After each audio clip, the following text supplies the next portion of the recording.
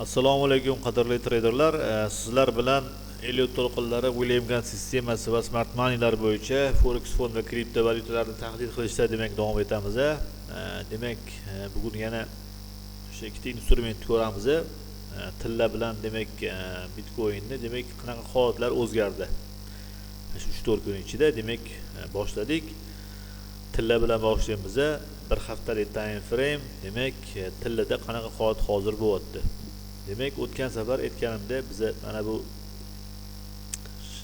kunda edik. Demek hozir svechalar, ya'ni shamlarimiz hozir neoprijurimiz bokovой движение ketyapti.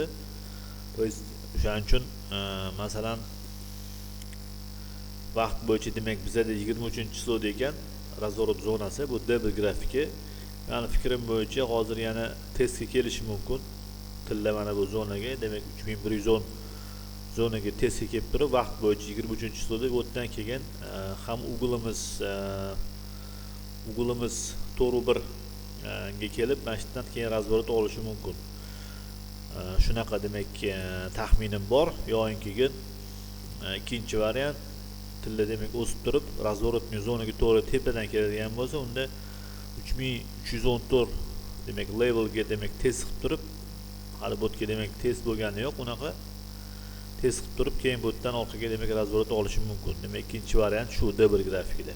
Demak 1 soatlik time frame ko'targan bo'lsak, 1 soatlik time frame da xuddi shunaqa o'tgan safar aytganimdek bo'ldi. Demak mana bu demak levelimiz 3201 proboy bo'ldi, ugulimiz 801 ham proboy bo'ldi va ko'rib turibsizlar, mana bu boshqadashi uguldan demak почти test bo'lgan va bozor pastga ketgan va ahamiyat berishingiz mumkin. Mana bu 16-chislodagi razворот zonaga mana ko'rib turibsizlar. Именно razворот zonada demak tilla demak yo'nalishini o'zgartirgan. Bunga demak ahamiyat beringlar.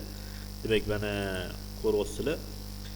Bozor demak liniyadan proboy bo'lyapti, qaytib kelib turib demak 16-chislodda soat 11:00 da razворот zonaga, buni YouTube'da ham aytgan edim. Shu yerdan demak vaqt bo'yicha razворот zonadan demak qayrilyapti. Demak bu demak ahamiyat beradigan narsa. Demak hozirgi holat bo'yicha demak скорее всего tilla уже mana bu keyingi level 3268 ga kelsa kerak, скорее всего va testimiz boshqada shu ugulimiz 1.8 ga va levelimiz уровень поддержкamiz 3268 ga kelsa kerak. Boshqada shu trend bo'yicha va vaqt bo'yicha razворот zonamiz 19-chisloda 11:00 da ekan.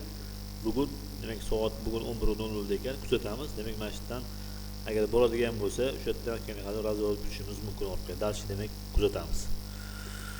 Keyingisi demak Bitcoin D1 grafiki.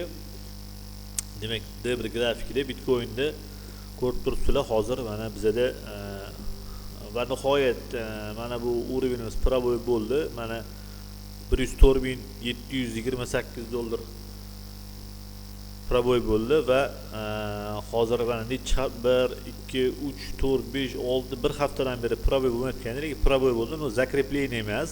Yana bir bor qaytaman, yana bir bor zakreplение bo'lsa, yana bir bor proboy bo'lsa, o'shandan keyin retest bilan keyingi zona 120 ming dollarga Bitcoindan chiqib ketishini demak kuzatishimiz mumkin. Demak kuzatishda davom etamiz.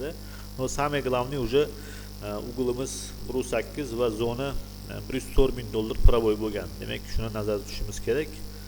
Va 1 soatlik time frame o'tadigan bo'lsak, 1 soatlik time frame da mana keyingi zona 109 ming zonaga demak Bitcoin borishini demak taxmin qilaman.